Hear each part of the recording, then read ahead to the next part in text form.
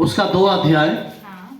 उसका 8 से पढ़ेंगे। और उस देश में कितने गडरिये थे जी। जो रात को मैदान में रहकर अपने झुंड का पहरा देते थे, और प्रभु का एक दूत उनके पास आ खड़ा हुआ, और प्रभु का तेज उनके चारों ओर चमका, और वे बहुत डर गए।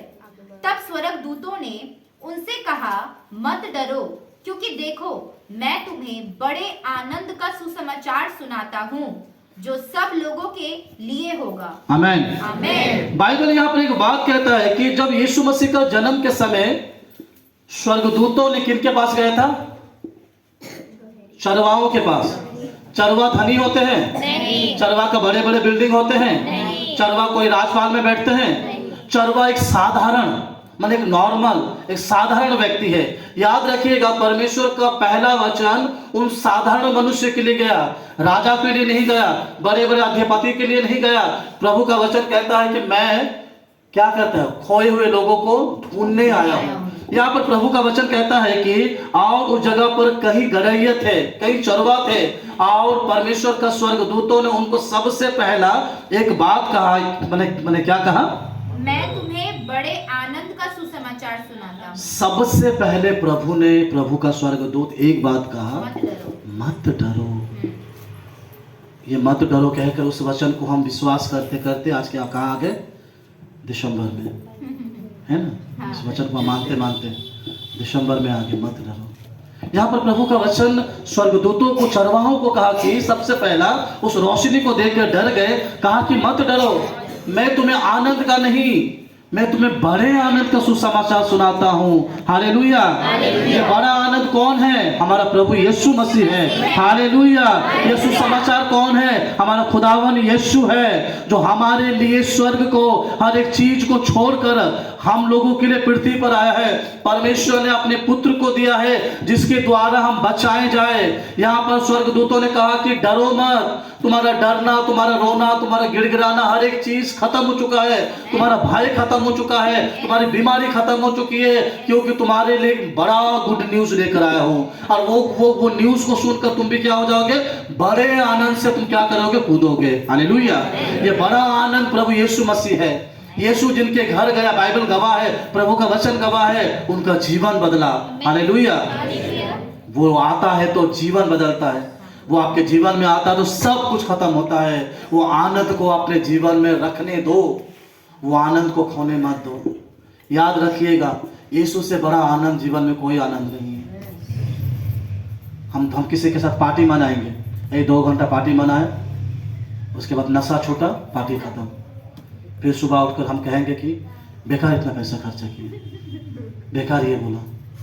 लेकिन आप परमेश्वर में जब बढ़ते जाएंगे, काम करते जाएंगे ना, आपका आनंद कभी खत्म नहीं होगा। यीशु में एक अलग आनंद है कि नहीं? दिल से बोल रहे हैं, एक अलग आनंद है। हम एक अलग प्रेम में बने रहते हैं। ये प्रेम सिर्फ परमेश्वर का ही है।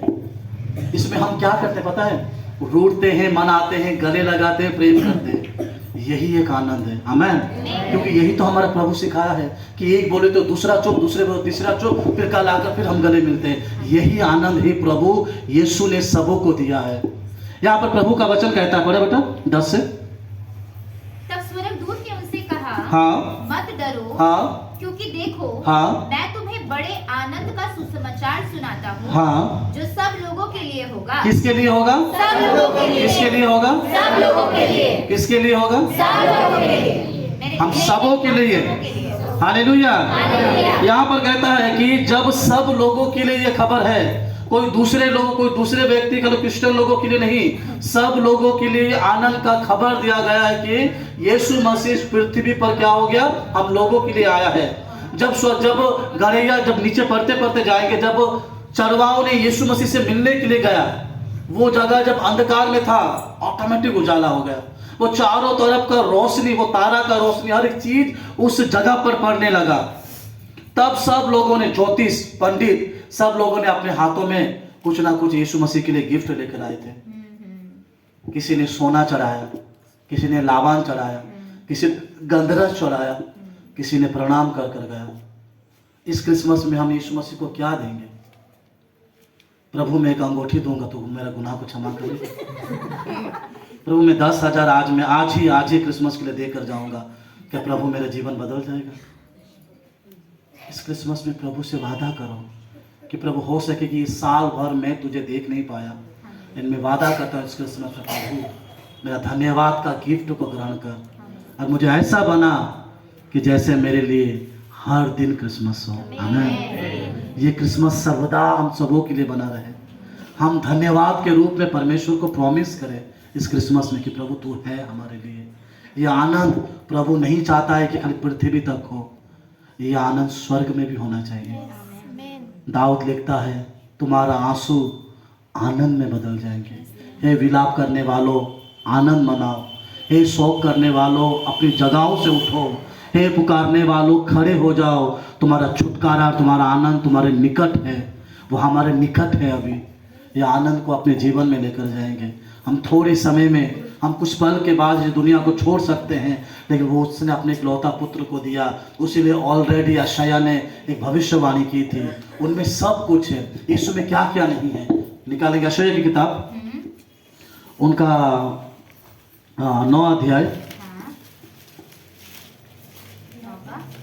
9 का हम पढ़ेंगे, 6 से पढ़ेंगे।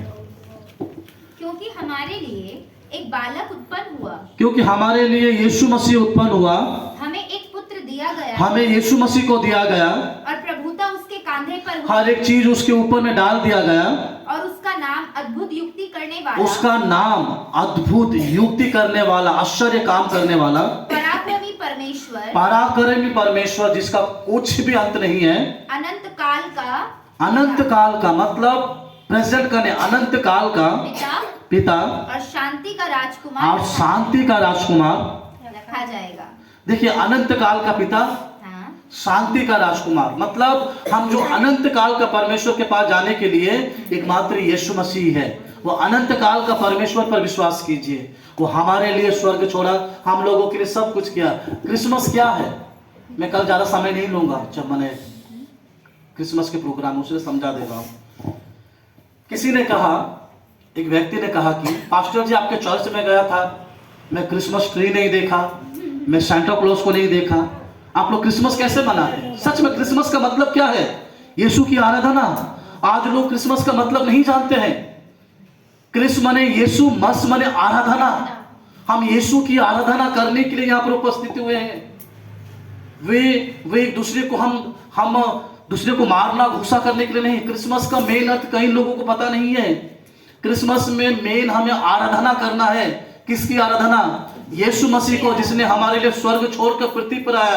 किसी ने कहा कि आपके चर्च में तो एक पेड़ ही नहीं है, सांता क्लॉज का बड़ा वाला नहीं है। मैं उस व्यक्ति को एक बात बोला, मुझे कुछ वचन याद आया था उत्पत्ति की किताब में।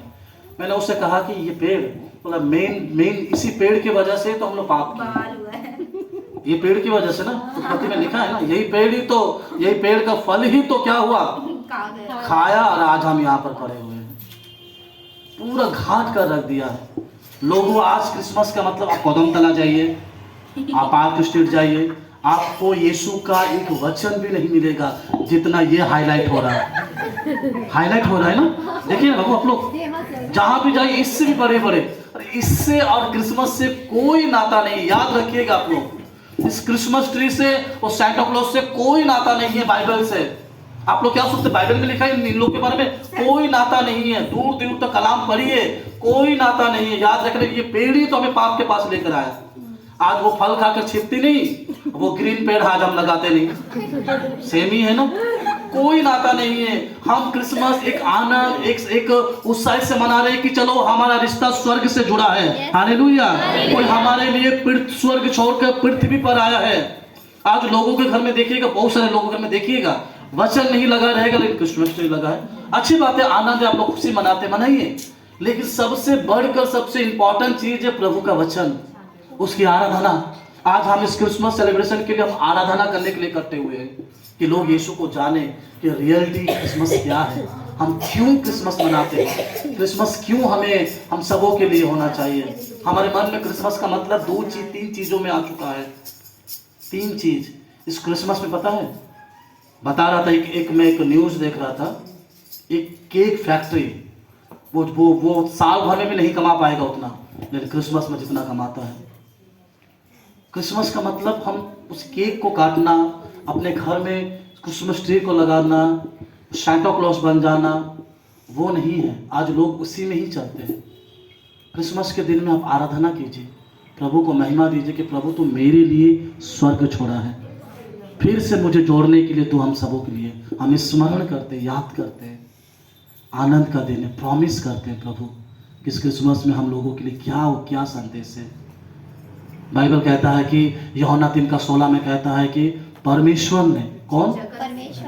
परमेश्वर ने क्रिश्चियन से, कैथलिक लोगों से, रोमन कैथलिक लोगों से, किससे? जगत में कौन कौन है? सब है। परमेश्वर ने जगत के लोगों से, सोचो कैसा ना प्रेम किया कि अपने लौता पुत्र को दे दिया, ताकि जो कोई उस पर विश्वास के, परमेश्वर ने क्यों दिया? याद रखिएगा, वहां तक आने के लिए आप लोग को क्या करना पड़ेगा? चलना पड़ेगा ना। सोचिए बीच में गड्ढा है, तो आप लोग यहाँ पर कैसे आएंगे? कूद के नहीं आ पाएंगे, बहुत बड़ा गड्ढा है, कूदेंगे तो क्या हो जाएगा? बाइबल कहता है कि तुम्हारे और मेरे बीच में गड्ढा है, स्वर्ग और नरक के बीच में तो गड्ढा है। यहाँ के लोग वहां नहीं जा पाएंगे, वहां के लोग यहाँ नहीं जा पाएंगे। तो परमेश्वर ने उस रास्ते में कैसे बनाया? अपना क्रोस को रखा, अपने पुत्र को रखा, जिसके द्वारा हम क्या कर पाएंगे? परमेश्वर के पास जा पाएंगे। उसने अपने पुत्र को भेजा कि जिसके द्वारा हम बचाए जाए, जिसके द्वारा हम परमेश्वर के राज्य में उपस्थिति हो पाए। प्रिय लोगों, इस क्रिसमस में परमेश्वर को आप क्या देना चाहते हैं? कौन सा प्रॉमिस करना चाहते हैं? और वायदा कीजिए, प्रभु इस क्रिसमस में मैं अपना आत्मिक जीवन सही रखूंगा, प्रभु इस क्रिसमस में मैं प्रार्थना जीवन में बना रहूंगा, प्रभु इस क्रिसमस में मैं कलीसिया आना स्टार्ट करूंगा, इस क्रिसमस में तेरी सेवा में भागूंगा, इस क्रिसमस में तेरी महिमा के लिए लोगों तक पहुंचूंगा। क्रिसमस में आराधना करना जरूरी है। वो महान परमेश्वर है, पवित्र परमेश्वर है, उसने सब कुछ छोड़ा। बाइबल हमें कई चीजों को बताता है। आप अपने आप को तैयार कीजिए, परमेश्वर के सम्मुख में तैयार कीजिए, जिस तरह आप इस क्रिसमस को मना पाएंगे। आप जगह जगहों में देखिए, हर एक इलाके में देखिएगा, ये आनंद का समय है। सच में हम आनंद मनाते हैं, लेकिन हम कलीसिया के लोगों को जानना है। आप लोग वो मत बनिए। हमारे कुछ बेटियां कैथलिक से चर्च में लोग गए थे, मैं आगे बहुत आगे कैथलिक चर्च जाता था, तो कैथलिक चर्चों में